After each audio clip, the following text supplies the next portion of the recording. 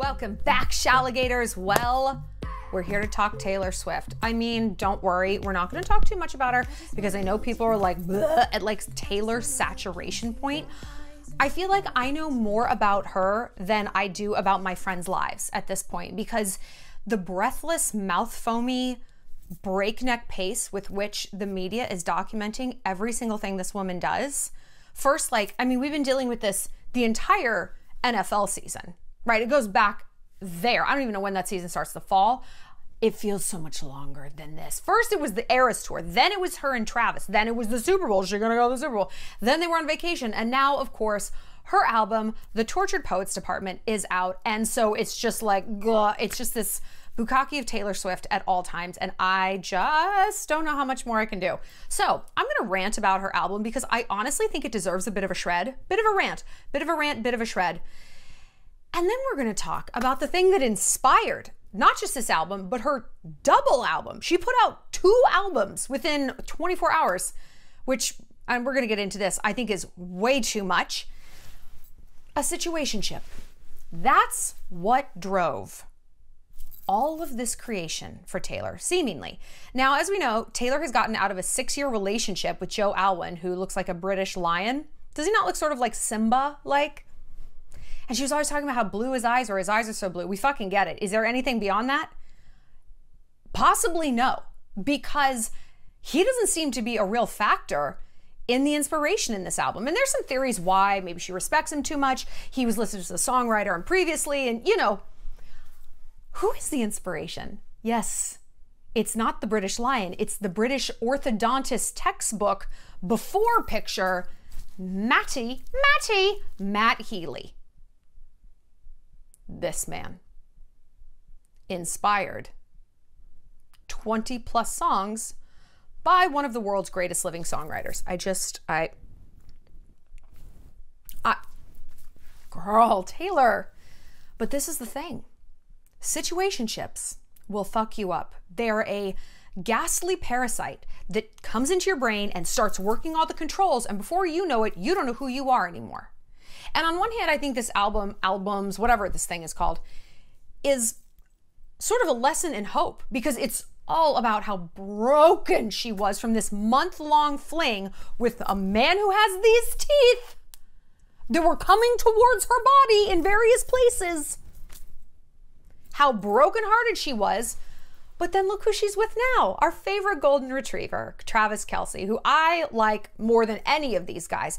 If for no other reason, he just seems a little bit more simple.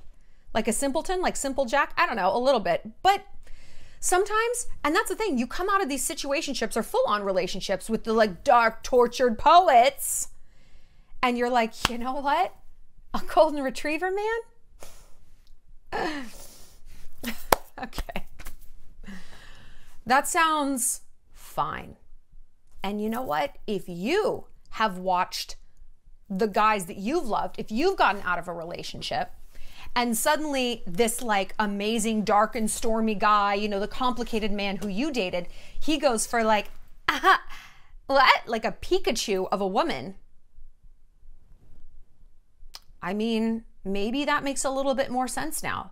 People seek balance, but more than that, first of all, they seek overcorrection. We're gonna talk about all these things and like a lot of hate that Taylor gets. And listen, tell me in the comments a piece of hate that Taylor gets that you're like, I actually get that. Like, I do think that that's a valid indictment against her. And one that you're like, that's honestly like so ridiculous. Like one thing I think is ridiculous that people think she's like an eco-terrorist, that she like releases so much carbon into the atmosphere. Do you know the thing that produces more like bad carbon dioxide? Is it carbon dioxide? Yes. CO2 emissions than a private jet. It's called a fucking office building, okay? The worst CO2 offenders in New York City are buildings. They're buildings. They're stationary buildings. You know, and like, yeah, if we crashed her private jet in the ocean, Amelia Earhart style, I just don't know what that's going to do. Like, we have to think a little bit bigger than that. Oh, actually, okay, wait, we have some good, it's from the Nadine News Network. This all ties in perfectly. I'm so excited. We do have some good climate change news. So recently the Biden administration canceled 7 leases for oil drilling in the Arctic that Trump had put into place. Gosh, I wonder who he gave those to. Would it be his oil tycoon friends? I don't know. I don't know. There's also a new proposal by the Bureau of Land Management to protect 13 million acres in basically Alaska. Who is responsible for this? That would be, well, yes, the Biden administration put this into effect and canceled those leases, but it's the Secretary of the Interior. And I want to talk about the Secretary of the Interior because this is honestly the number one person for me and the things that I care about that's in government. The Secretary right now her name is Deb Haaland. I think I'm saying that right. Haaland. She's Native American. She's the first Native person we have had in that position. And what the Secretary of the Interior does, by the way, Jessica Simpson, when she visited the White House long ago, thought that she was the interior decorator, the person who was the Secretary of the Interior. Bless her heart. I would think that too. Why would you name it that? Hello? I can't knock Jessica for that. But no, it is not. It's basically protecting the environment. I do not enjoy people. I enjoy nature and I enjoy animals, and I live in Montana, for God's sake. So I am very connected to the natural world. I see it. I see the changes. I see mountains coming down and condos going up, right? I see it and it breaks my heart. And so that to me is my number one thing. And it's important to know that when a new president comes in, they replace all of these positions. That is part of the new administration. And when Trump was in office, do you know who his Secretary of the Interior was? Gosh, was it a Native American woman who has what they call the 7th generation mindset, where when they make a decision, a Native person, they do it thinking, what will this do to the environment 7 generations from now? Who was Trump's pick? It was an oil tycoon. It was an oil tycoon. Breaks my fucking heart. And that makes a lot of decisions for me very easy come election day. Because like I said, I like snouts and paws and little tails and trees and birds, and people make me want to scratch my eyes out sometimes. I'm not going to scratch my eyes out.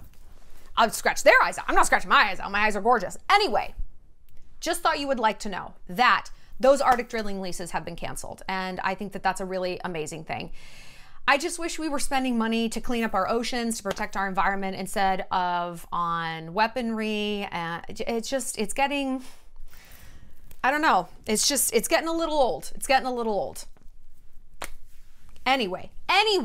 Okay, so that's my rant about why Taylor, and I know you're probably like, well, then why don't you hate Taylor? Because she's honestly a drop in the bucket, and people are not trashing, Vladimir Putin and his jet usage. It's just that Taylor's more well-known, and I don't know. Does that really bother you? Or are you like, no, she has a responsibility. Also, though, do you think she has the ability to fly commercial? Do you know what that would look like at the airport? That would shut an airport down. So you want her to fly commercial or what, row across the sea or something? I don't know. You want her to do these things until maybe it's your flight that gets delayed because Taylor Swift is in the Delta Lounge and people are tearing the fucking Atlanta airport apart. All right. So, but first, wait. Speaking of fans and popularity, you guys, thank you so much if you came to my Southern California meetup. It was so much fun. We had so many girls come. We took pictures. We had little mocktails. We had styling sessions. I did a Q&A. And the best part was everyone made friends. Everyone came and made friends, 12 girls who never met before. Everyone came alone, which blows my mind how fucking brave you guys are. People just don't do that. People are afraid to do things by themselves. And I get it. But the fact that every girl shows up to these meetups or on my trips, solo and with the spirit of wanting to bond with each other is incredible. But yeah, 12 of you guys went to PF Chang's after, just made friends and went to dinner, and it just makes me so happy. So listen, if you are not able to come to my meetups, the next one's going to be in New York. And you still want to be part of something, come join the Shallontrage. We are running a special. 25% off for the first 2 months. Click the link down below. And yeah, come aboard, see what it's about, and make those connections. It doesn't always have to start in real life. A lot of girls meet on the Shallontrage and then they end up hanging out, and they post pictures. I love it. This is what I'm here for, is to bring all of us alphas together. Because it's really easy to feel like we're completely alone. If we're independent, if we're single, maybe at a certain stage of our life, if we're just outgoing and we're bad bitches, it's the world is always going to tell you you're the weird one. They're going to try to take you down. And so I feel a kinship with Taylor in this way, that people just love to hate on her. They love to hate on Kim Kardashian. Wait, who has lately been hating on Kim Kardashian? Taylor herself. We have to talk. I know. We have to talk about this diss track that Taylor did about Kim. Their feud was a decade ago. A fucking decade ago. And I've talked about their feud, and I think Kim won.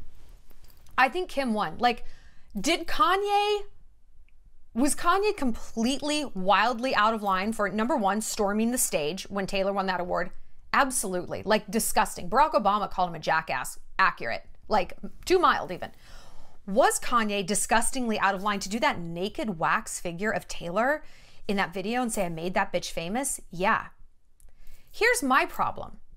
The diss track isn't about Kanye. It's about Kim, his wife. Who did you think, Taylor, if you're watching, and something tells me sometimes you do, who did you think Kim was going to side with? Her husband, the father of her children, or you? And women who don't want to take accountability for their actions love to default to the saying, women support women. I don't. I support some women, but I don't blindly support a stranger woman, a random woman, over like my family, like our male or female. Like, you honestly expected Kim to turn on her husband? That's not the way the world works. That's not the way the world works. And then Taylor started lying about the whole, please exclude me from this narrative. I didn't know you were going to wrap that line. Kim had receipts, and she waited and she waited and she waited to put them out because she just, in my mind, she just wanted to be left alone. She didn't start it. Kim did not start any of this. Kanye did. Okay. But again, that's not who Taylor attacks. She goes after Kim because Kanye isn't a threat to her. Kim is. Why? Because Kim's a woman. And Kim is the very opposite kind of woman. Kim is sexual. That's not Taylor's vibe. She's just not. I've never viewed Taylor as like sexy or like having the ability to be, not the vibe. Kim, it just flows from her, right? Kim is very stylish. She's very glamorous. Taylor cannot slay to save her life. She cannot slay to save her life. And I read this article in The Cut the other day. It's like New York Mag thing. They're like, oh, it's purposeful how she dressed. It's very like juniors, you know, like Macy's juniors, because she wants to appear relatable. I don't think so. I think she just has bad style. Honestly, I think she just has bad style. Because she very rarely like nails it. She used to, which is weird. Like, she used to. And maybe that's right. Like, maybe now that she's almost 35 years old, she's 34 years old, dude. She's like a full-grown adult, and maybe she's trying purposefully to look like juniorish to keep appealing to your young audience. I don't know. But like, I liked her when she was in her sparkly era. I think she really nailed it back then. Now I'm like, ugh. It is juniors. It's Macy's juniors. It's Betsy Johnson clearance rack. I don't get it. I don't get it. So Kim is triggering that way. But the number one way that Kim must really get under Taylor's skin is that Kim doesn't run her fat mouth all over the place, okay? Kim has never said a cross word about any of her exes. Never, never. She certainly isn't writing 20 plus songs, burning them to the ground. She doesn't start fights. She doesn't have a victim narrative. She doesn't even have particularly problematic fans. I mean, I have talked a ton about the Kardashians, and I drag them to hell and back. You know, I'm fair and balanced. I have never had a Kardashian stan come for me. Not once. BTS fans, Selena Gomez fans, I was like, I don't even really talk about these people. Meghan Markle's fans even. Britney's deranged fans. Yeah, they've come for me. Never the Kardashians. Not for Kylie, Kendall, none of them. And I think a fandom reflects the celebrity.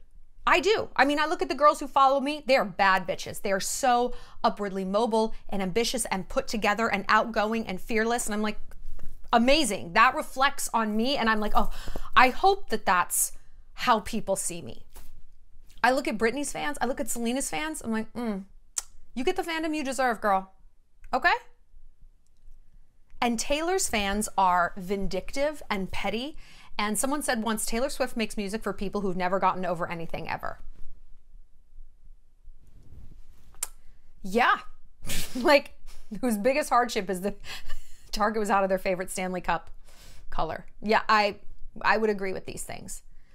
And because Taylor is so none of these things that Kim is, that they are so diametrically opposed, Kim really does live rent-free in Taylor's head. Like, I've never seen anything like it. The fact that she would write that song, if you don't know what song it's called, Thank You, Amy, or something like, whatever.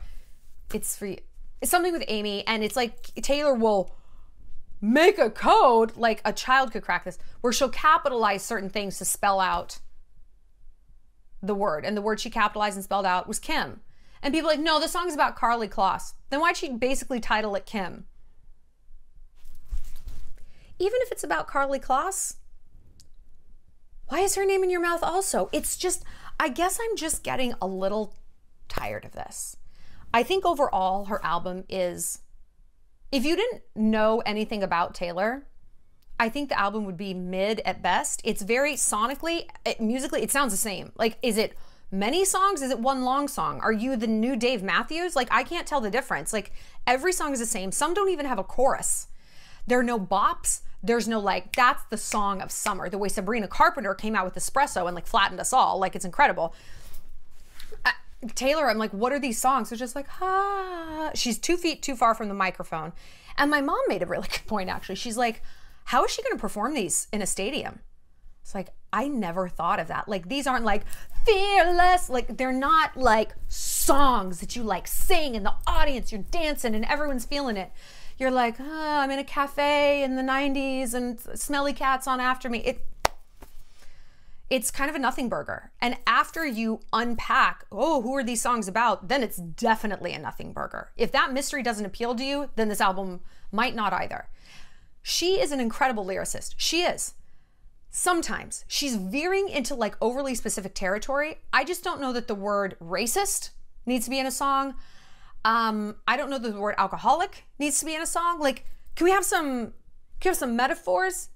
You know, she's good at making things just specific enough that you can latch onto it, but still vague enough that you can project your own stories. And that's very important. Humans learn and we process things via stories. We love a fable. We love a fairy tale. You know, we love a narrative. We love an example. Look at what I do here in these videos.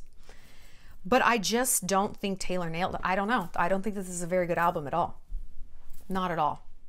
And yeah, I don't know how she will play these in like a big, raucous, like thriving concert, because the Eras Tour is so energetic. These albums aren't. And yeah, let's talk about how she released 2 at once. Girl, supply and demand, okay? When you have an artist that only releases 10 songs, even if it's once a year, like those, you just like, if you love that artist, you just hold on to them and you listen to them again and again, and you get more and more meaning out of them in a different way every single time. It kind of hits you different. When there's 30 songs, you're like, oh, you do reach a saturation point. You do not have to imprint on just one because there's so many. Especially when they all sound the fucking same. Morgan Wallen did this. He put out like a double album. They are all different. If you're not a country fan, you're probably like, they're not. They are. Like if you like country, there's a lot of variety in those songs. Taylor didn't do that. I just don't think it's that good. I mean, if you love it, great. Also, when I listen to it and I actually listen to the lyrics, I just get really upset and break my own heart. And I don't need to do that. It would be nice if there were some really fun, upbeat songs, like happy songs. And there aren't. Why? Situationships.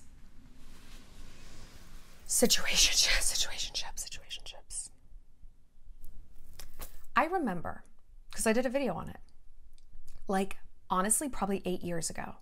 It was a very, very, very long time ago. I did the video maybe 8 years ago, but Taylor said this even before that, when she was still probably a teenager. Someone like commented, it might have been on like her MySpace or something, I don't know, commented, and they're like, I just broke up with someone, but we didn't even date, and I'm so embarrassed. And Taylor wrote back, and she was like, you know, the hardest thing in the world is when you're upset about a breakup and someone asks you, well, how long did you date them? And you have to say, well, I didn't. And they look at you and they're like, she's like, it's honestly harder to get over someone you didn't date than someone that you did. And in that moment, that was probably like my villain origin story of why I love Taylor. And I do. I mean, I don't love this album, but I do. I think she's incredible as a writer. But I felt very like seen and validated and affirmed in that moment. I'm like, oh my God, if Taylor knows this, then it is a true female emotion. And she's right. And I've never forgotten that. It is so embarrassing when you're like, well, I mean, I guess we didn't like break up because I don't know that we were together, or God forbid you have your friend. It's like they didn't break up. You weren't even dating him. Okay, you weren't even dating him, Jen. Like, you just want to like throw yourself off a cliff. Like she says in her songs, I could die. I don't know that it would be worse. That's not the lyric, but you get it. I haven't memorized all these lyrics yet. And this album takes us back to that place. The Situationships. So she's got like a long history with Matt Healy. I can't call him Matty, and I know that's a very British thing. Matty, Davey. Here in America, where we kick some ass in world wars, we don't call men that. We don't. Timmy, Benji, Matty, Davey. It's David, Matthew, Timothy. Okay? All right? We like men. We like real men. We also love an orthodontist. What is with you guys in the teeth in England? What is with you? And you're probably like, what is with you guys and the braces in America? Okay? We look good. I've actually never even had braces, but I would have if I needed them. Why are your teeth? Matt Healy, I can smell through his pictures. There are certain celebrities I can smell through their pictures. I can smell Beyonce. Because one of my friends was at the Met Gala with her and says that she smells like vanilla, like butter. No. She smells like butter and like fresh grass and like, yeah, and also vanilla. So I just feel like she's the most beautiful smelling person in the whole wide world. I feel like I can smell Sydney Sweeney. She smells like sugar and pom-poms, you know, and like animal crackers or something. I can smell Matt Healy. And it's cigarettes and takeout that's been congealing on the coffee table for 2 days. And it's gingivitis. I can smell. How the fuck did this man twist a woman like Taylor Swift as bad as he did? How did he do that? How did he do that? So yeah, they've got a history. I actually don't know the entirety of it because I literally don't fucking care. But I guess they were like, they wrote songs together and they knew each other and always had maybe the hot pants feelings for each other. I assumed that this was overlapping with her relationship with Joe Alwyn, who, again, I don't know the entire ins and outs of there. Not many people do. You know, none of this is like entered into public record for sure. But the galvanizing theory is that he was just, I mean, talk about mid, like, he's depressed, he doesn't want to go out, he's really private anyway, and Taylor isn't. She always needs to sort of expose herself in some kind of public way in order to feel alive. I get it. I'm not saying that in a shady way. Like, I obviously get that. And she just kind of squirreled herself away in like a pub in England for like 6 years, and he wasn't marrying her ass. And I think she has said in some of these songs, she was so bored. She was like so bored. You know who's not boring? A drug-addicted rock star who writes things on a typewriter. We're smoking cigarettes. I'm writing and I'm smoking. I'm writing and I'm smoking and I'm not flossing because I'm writing. It is exciting. I will give you my skin. I just got full body chills. Douche chills. Just thinking about that face on top of you. The face on top of you. I can't. But he got under her skin. Why? Because it was short. Because it was short. I don't know why. Well, I do, and I'll tell you why. It is true that it is easier to get over a long-term relationship than one that wasn't even really a relationship. Why is this? Why is this? Data. Data. We think of ourselves as emotional, and we are, or like heart-driven, intuition-driven. Okay, you know what we actually are? We're data machines. We're data machines, okay? We're a very sophisticated computer. And when we're in a long-term relationship, we are stockpiling data on and on and on. There is no mystery. There is no mystery. Now, this is the gift and the curse of a stable long-term relationship. There's no mystery in terms of what's he gonna say next and what's it gonna feel like when he's on top of me and what's this gonna be like and what's that gonna be like. You know, you've logged it, you've experienced it, not once, but a multitude of times. That's good and it's bad. You also, however, lack the instability of an early dating relationship. I know that when I text him, he's gonna answer. I don't have to be like, should I say this? Like, bitch, it's your wedding day. He's literally at the end of the aisle. Like, stop, walk. So when we have stability, we do lack that passion. When we have data, we lack novelty. These two things are diametrically opposed. And so when we need to leave, when it ends, we know why. And we feel good about why. I mean, not good, but we feel confident in our what?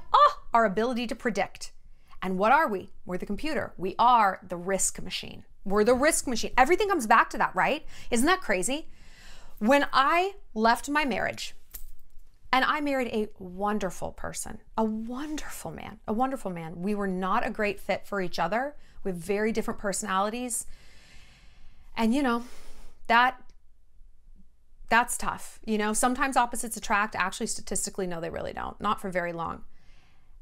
And by the time I left, as painful as it was, and I'm not saying it isn't painful when you walk away from something that's serious. It absolutely is.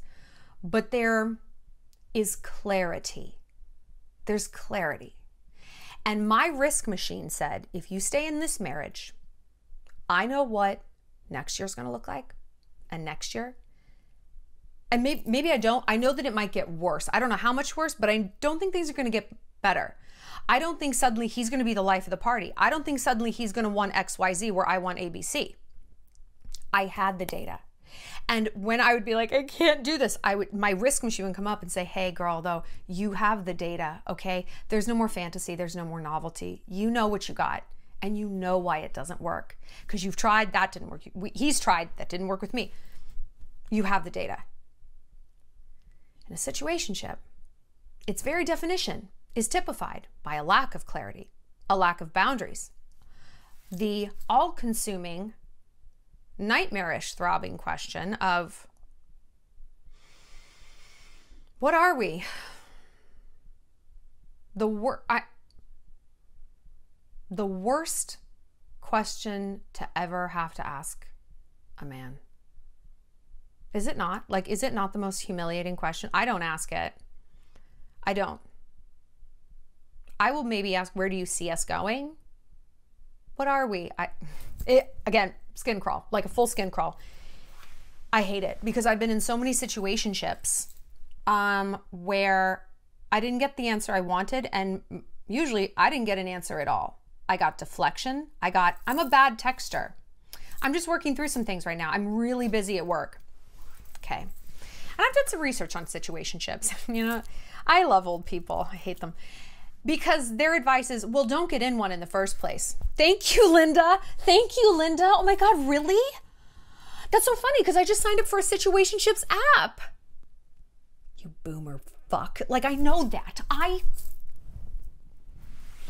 Nobody sets out for a situationship because there's something different. It's different between like, it's casual, it's a booty call. No. That's not what a situationship is. A situationship is a differential of input. And there's also a differential of clarity. Usually you're very clear about what you want, either from this person or in general. And they're just like, I don't know. Maybe you're telling them directly what you want. And they're like, how about if we keep having sex while I decide? No one sets out to craft a situationship, Linda. Okay, Bruce. All right. No one's out for that. They happen. And it happens so gradually, like an abusive relationship. If you've ever been in an abusive relationship, no one gets punched in the face on the first date. Things erode inch by inch. You vanish layer by layer until you're so small, until you're so scared. And in a situationship, you vanish by never speaking up, you know? Because if you speak up, they're going to leave you. And everything that you were afraid of happening will happen. And you will have yourself to blame for pushing away, right? For incinerating this situationship. And you're going to think to yourself, you know what? A little of him was better than none. And now look what the fuck I've done. And I got to feel ultra desperate while doing it. Yeah. So, okay, Linda and Bruce. Yeah, let's talk about how not to get in a situationship before we talk about how to get over one. Because listen, I have been there so many times, and it's tough because you don't, You don't want to go into like date number one and be like, so what do you want out of life? And what are you doing? Like you need to be a little easy. You need to play it a little cool. You need to play it a little chill. But then there is this tipping point where you're like, okay, what are we doing? You know what that tipping point is? The third time you have sex. That tipping point is the third time you have sex. For some of you, it might be the first time. If you don't have sex a lot, for a lot of us, I would say the third time, because that is when the feelings start. Why? First time you have sex and someone's like, you know, I have to go home, I have to let the dog out. You're like, okay. Second time, maybe they stay and they cuddle for a little longer. Third time, maybe they sleep over. And then they got you. And then your feelings, your bodily feelings, which listen, are our strong suit as a woman. This ability to bond and love and mate and protect and nurture, these are incredible qualities, incredible qualities. And shitty men are going to tell you, they're going to tell you that it's embarrassing, that you're crazy for wanting to let a guy come inside you and then talk to him again. Like, what's this crazy bitch on about? So my advice, if you want to avoid a situationship, don't sleep with them. You learn about someone's character real quick when you don't put out. And I know, girl, I know you're about to say, but I want to. Fuck what you want. Listen, fuck what you want. We just did a video about patience. We just did a video about this. Fuck your feelings. And that goes for the feelings. That goes for the feelings. I love to be a hoe too, but I don't love it more than I love protecting my heart. I don't love it enough to get heartbroken about it. Not anymore.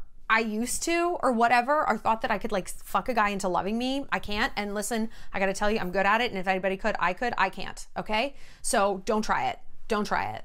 Learn from my example. Okay. Don't learn from your own, learn from mine. Don't put out. Don't put out.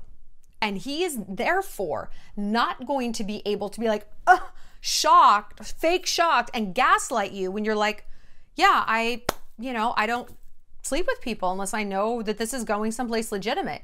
He's not going to be like, whoa, because everything about your behavior will have projected that that's who you are. So he can't be like, this is a bait and switch. You're like, it isn't.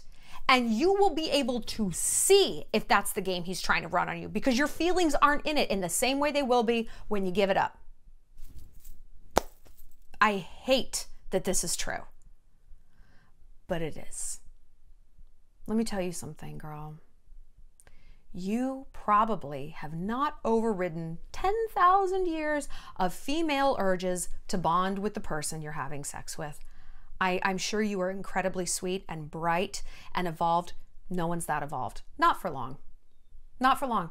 I'm 1,000 years old and I have seen open marriages, open relationships, ethical non-monogamy. I've seen thruples. I have seen it all. I have seen it all. And the amount of women I have encountered who can truly consistently have sex with someone and not catch feelings are the most broken women I know. They're also liars. That's not true. They might put on a real good face, like they don't give a fuck. Samantha Jones is only a character on TV. She actually isn't a real person. She's not a real person. You know, that man-eater, like she can just fuck a million guys. Notice she doesn't. She fucks a million random guys. She doesn't like have a boyfriend consistently and sleep with him all the time and catch no feelings. That was actually never her vibe. She loved Richard. She loved Smith Jared. Like if she was in a relationship, it's because she loves the guy. So when we look at her as like, well, if Samantha can do it, again, first of all, she's not real. Second of all, that actually isn't how they wrote her. Don't get that twisted. Don't misremember her. If you want to fuck around, you have to fuck around. You do. If you want to not catch feelings, there has to be a constant influx of new data. And that also gets pretty old and you feel pretty empty pretty fast. You just do, you know, those phases really don't last that long. They're not that fun. Because again, why would you not want to bond? But listen, we're getting in the weeds. My point is, don't sleep with people right away. Usually that means don't drink a ton when you're around them. I mean, champagne doesn't go to my head, it goes to my vagina, okay? I am much more likely to hop into bed with someone if I'm drunk. Like I am in a prude, I've been in a prude phase since I stopped drinking.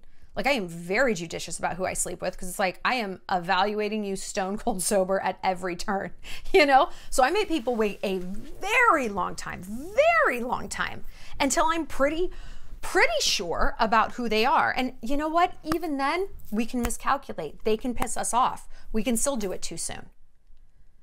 The next thing I would say to avoid a situationship, fuck being the cool girl. Fuck being so unbothered. There are ways to convey that you have standards without it being like this shrill, insane, harpy, desperate girl. But again, men are going to tell you, no, there's not. Fuck boys are going to tell you, no, any girl with standards is fucking crazy. Is that the man you're trying to impress? Because quality guys have plenty of standards and boundaries of their own. Plenty. And they will only want to be with a woman who has standards. Because if you don't, then you're just kind of the village bicycle, right? I mean, it's not really a prize if anyone has access to it. So it's totally okay to be like, hey, yeah, before I get involved like in a sexual thing, I really like to get to know someone. And I like to know that like we're kind of on the same page and where we see things going. I mean, people's minds can change, of course. But if you have like an outcome that you are absolutely not willing to explore, if you are never willing to explore marriage, if you're not willing to explore living with someone or being in a committed relationship, that's okay if that's your truth, but you need to like communicate that, you know, and then we can kind of like take it from here, because I am open to those things. Or you can say more than that. You like, I am dating to marry. I'm dating to really get to know someone. Because if that scares a man, holy shit, girl, good. Like, route him out. Don't waste time on a time waster. Don't waste time on a situationship. It is so humiliating. And you know what happens after a situationship ends? Rage. When they ended when I was younger, I didn't feel that rage because I wasn't in touch with myself. My self-esteem wasn't where it needed to be to have been sending me the message the whole time. This isn't right. You deserve better than this. What he's doing is not okay. You have boundaries and standards and you are allowed to communicate them. I didn't have boundaries and standards. I had Adderall. I had skinny vanilla lattes. You know, I had angst. I had Lexapro. Boundaries? No, I just wanted to be loved. And ironically, I got so little of it because I wasn't really a person. I was shape-shifting all the time to be whoever I thought that person wanted me to be, so that they would stick around. And guess the fuck what? They didn't, because that person is not a cool person to date. I have dated that person. And I've dated that person sort of recently. Like a few years ago, I dated this guy in Bozeman, and he would mirror me very well. I don't want kids. I want to jet set around. And he's like, oh my God, like me too. Like, I just want to live on private jets and room service. I'm like, yes, oh my God. And he like would live that lifestyle. And my friends, we had mutual friends, and they're like, he said that? I'm like, yeah. They're like, he's always wanted kids. That's why he got divorced. He wanted kids and she didn't. He like doesn't really travel a lot at all. I'm like, what? And I broke up with him because I felt lied to. And on one hand, they're like, that's obviously really sweet that he's just trying to like morph into whatever you want because he likes you so much. And I'm like, I don't find that sweet. I find it weird. I find it creepy, because what else is he not a person about? You know, like, yeah, I like sushi. He's like, bleh, like spitting into his napkin. It's like, it came down to the fact, like, I can't trust you in a lot of ways. If you are that malleable on what you want, first of all, you probably aren't. And it's just going to take a few years until you're like, listen, I want a baby. And I'm like, dude, I was not lying about this. Like, why did you lie to me to get me? You knew that this was just a time bomb. You know? And as I've gotten older, okay, so we were talking about the rage. Sorry, I'm getting off topic. Looking at my terrible hair. It's like an animal pelt. It's like Davy Crockett wore it on a hat. Okay. The rage. Now, if I get entangled in a situationship, yeah, I kind of would probably have the urge to burn someone's house down. Blow up their truck. I don't know. Get creative. And that rage that you feel is because you knew. Because you knew. And you know what? Probably other people knew, and I have a feeling they were telling you. And what you feel is shame.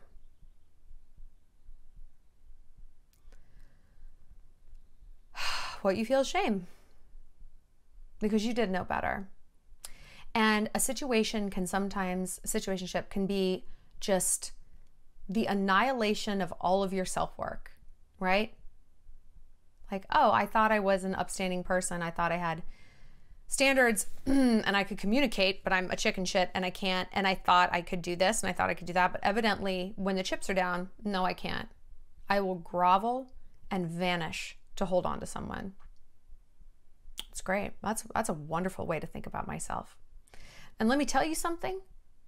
That feeling, connecting with that shame, is like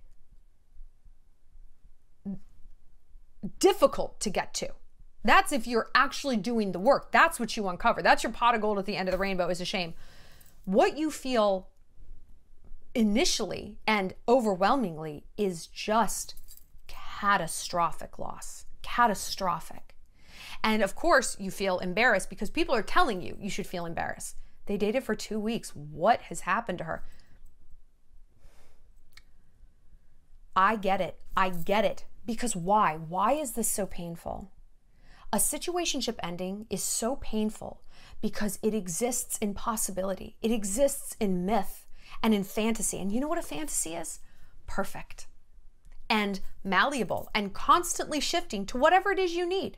All the things you don't know about this situationship boy that maybe you did know about your like long-term ex-boyfriend of 2 years, you're filling in the blanks. I bet he would be great with my parents. I bet he totally wants to live in the country. I bet that he would really show up for me if I had a bad day at work and he'd bring me flowers. You don't know this based on data. You do with your ex. You're like, no, he didn't do any of those things. And therefore it's easier to get over a long-term relationship because you have more data.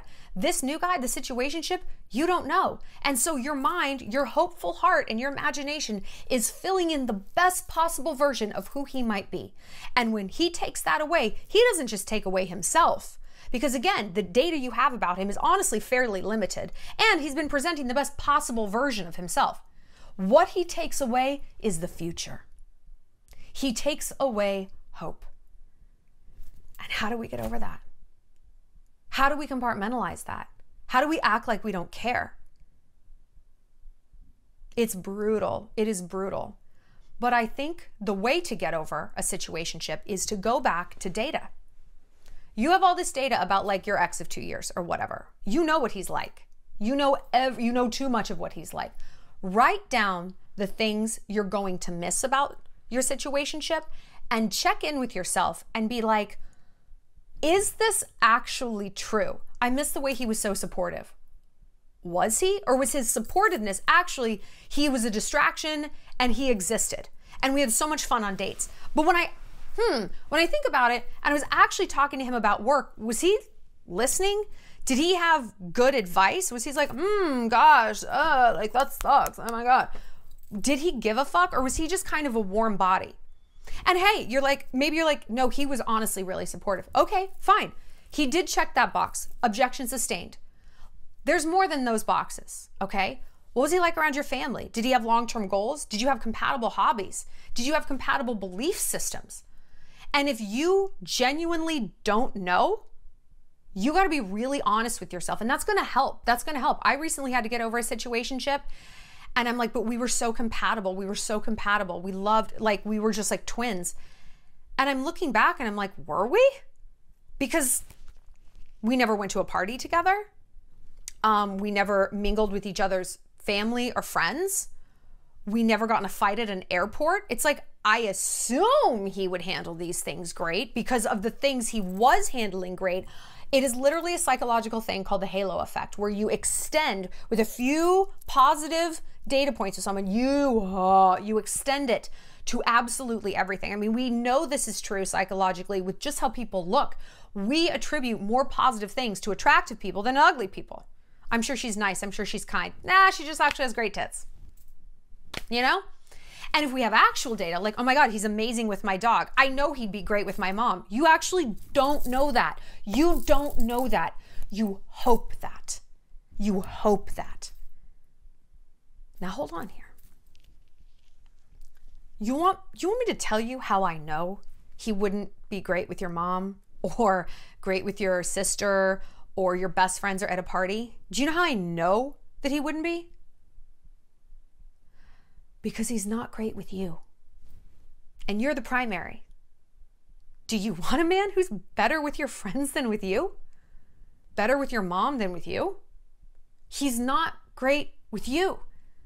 He didn't give you clear boundaries and clarity about what this situation is. He didn't give you reassurance. Did he make you feel safe and protected? Clearly not, because look at the fucking situation that's going on right now. Or you're like, no, he did, but then he abruptly cut it off. That's not good either. Like, that's also very bad. That's also very bad. Very horrible indicators of no. Bad. So if you think that a few good hours that you spent with someone, and I am not saying this to diminish the role that this person had in your life, or to be like, it was only a few hours, like, you don't even know him. I am not saying that. I am saying that, like, I 100% understand how much you kind of loved this person. I get it. Oh, I get it. And I'm not telling you that you should feel ashamed for feeling that. You should be proud of yourself. They're able to feel these things. So many people, they truly can't. They truly can't. But I do want you to limit the floor of that pain. Though I want the rock bottom to come up a few notches. And I want you to do that through data gathering and saying, okay, the things I know about him is he actually was a fantastic texter and we had the best text conversations. All right. That doesn't always translate to the best IRL conversations, because people still, even if they take 2 minutes to respond to you, imagine if you said something across the dinner table and he was like, for 2 full minutes is like, answer loading. And then he's like, like the wittiest thing you've ever heard. You'd be like, what the fuck was that? If he needed to load for 10 minutes before he responded to you in real life. So you think he's an amazing conversationalist. No, he's an amazing texter when he has time and room to edit and maybe chat GPT. I don't know. And that's the thing. You don't know either. You don't know either. And that's what I want you to touch back to. It's like, let's say that everything I know really was incredible. There's a lot that I didn't. And the devil is in the details, you know? If you've been in a long-term relationship, you know that like long-term compatibility is, did you unload the dishwasher? Oh, I get to do it? That's funny, because I'm pretty sure you didn't eat off your hands at dinner the other night. You also ate off a plate, but no, I'll just do it because I guess I'm the fucking maid around here. You don't think your boyfriend's going to do that. Your situationship boyfriend is going to do that. You don't know. You don't know. And that's what drives you crazy, is that you didn't get the chance to know. I get it. I get it. It is so, ugh. Should we do a second video on how to get a situationship to come back to you? Okay. Should we do that? Do you like that idea? Because I mean, we're at almost an hour and I feel like there is so much more to talk about, you know, because I mean, the people I think about and I cry about and who I think of as the people who fucked me up, like the scars that I have, will not have the name of my husband. They will not have the name of my long-term college boyfriend. They will have the name of the guy I dated for 2 months in 2021. That's whose name is like shredded into my soul. And it's embarrassing. It's embarrassing, you know? Unless you've been through it. And it's like, girl, I get it. And honestly, fuck anybody who's like, those people are probably married and they don't know what it's like out here. They don't know what it's like, you know? It's like, okay, Gail, next time like you get sick of your fucking husband, don't come crying to me about it, you know? I think it's embarrassing you married someone who embarrasses you. Thanks, Linda. I would say the best way to get over a situationship is to let yourself feel it and grieve for what you thought that future was going to be. Because sometimes it's not the person, sometimes it's the possibilities. And then what I want you to do is really think, how can I, as much as possible, give myself that future? And I'm not saying you're going to check every box. We've been talking about this in the Shallontrage. Like, no, there are going to be things that, like, you want a partner. You want a partner for, like, sex. My mom's in the other room. But, like, you can buy all the nice toys you want. You want to feel the weight of a man on top of you. Okay, that is valid. What I need from a man and a relationship is safety. I need to feel safe and, like, taken care of and protected and like the little princess and he's the big bad wolf guarding the door, okay? No, I actually can't do that for myself. I have a security system, I have guns, really doesn't make that much of a dent in terms of that need getting filled. And so I feel okay saying, like, yeah, I've actually given myself all these other things as much as I can. This is something I want, dude. All right? But if you're in the throes of a situationship, if this man was an emotional getaway car for you, what was he speeding you away from? You know, I think maybe with Taylor, Matt Healy was speeding her away from boredom with Joe Alwyn and infusing her with light and excitement. And this is the downside. I mean, it's a firework, not a fireplace. Like, it's sparky and flashy and it burns you if you get too close. And baby, it's here for a good time, not a long time. It's a roller coaster, not a railroad. So really sit and examine this. What did this man represent? What did this man represent? Like, I think of a situationship I had, I would say like a year and a half ago. And he was very, very rich. I mean, every guy I date is rich, but he was like very, very, very, very, very rich. Had a plane, had a place in like this ranch in Idaho and all this beautiful stuff. And I was like, that's who I should be dating. What he represented to me, because he was pretty whatever. If you saw him, you'd be like, ugh, squatty. He represented like a level of living, like a class level that I wanted. And also it's like, yeah, that's who I should be with. It's like a fuck you to everyone else. It's like, oh, I dated someone who digs holes for a living. This is who I'm dating now. Like the guy who owns half of this town. Like, okay. It was just validating. Like, and that I realized, okay, that's something I need. I need to feel like I am a part of a certain class level in my town. How can I give that to myself? Can I stop hanging out at the dive bars and start hanging out with like a different class of people? And I did. Like, I used that as redirection. They say rejection is protection, rejection is redirection. Okay. How can you redirect and course correct after a situationship? This is some high level shit, because right now you're like, I literally just want him back. Okay. I just want to spend the summer with him and just get to know each other for, even if it lasts 6 months, at least then I'll just know. Okay. Like, I will just know that we're not compatible. And now I don't know. And I'm in hell, girl. I know it. Last but not least, to wrap this up, I want you to make the ick list. Put your ick list in the comments. Put your ick list in the comments, okay? I want you to write down the icks. Hairy back. Does he wear socks in a weird way? You know? Teeth. Taylor, teeth. Should we make our ick list of Maddie Healy? I don't think we need to. I think it speaks for itself. Speaks for those terrible teeth. Anyway, make an ick list. Ask your friends. Believe me, they've been paying attention. And you know what the first and foremost should be on your ick list? This man is not respectable. I will also leave you with this closing thought. If Matt Healy hadn't flamed out like the gingivitis douchebag that he is, Taylor wouldn't be with Travis, who is an American dream. And she's an American dream girl, you know? He's big and he's protective and they just seem so happy, right? I mean, her song, So High School, is about him. And aren't we all looking for that love? That, oh my God, it's so high school. Like, we're just like, like all over each other. And we're texting and we like fall asleep on the phone together. So just remember to trust the path. I promise you, girl, I promise you.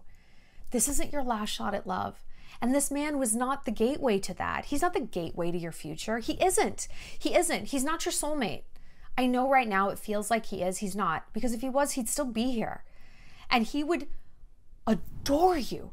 And somewhere right now, your soulmate slept really well last night because he's like, he woke up and he's like, I just feel this sense of peace today. That's because you, his soulmate girl, are single now. Yeah. And he's like, he doesn't know why he feels hopeful and good today, but it's actually because you are back on the market and he's getting a little bit close to finding you. That's what I think. All right. I will see you later, Shalligators.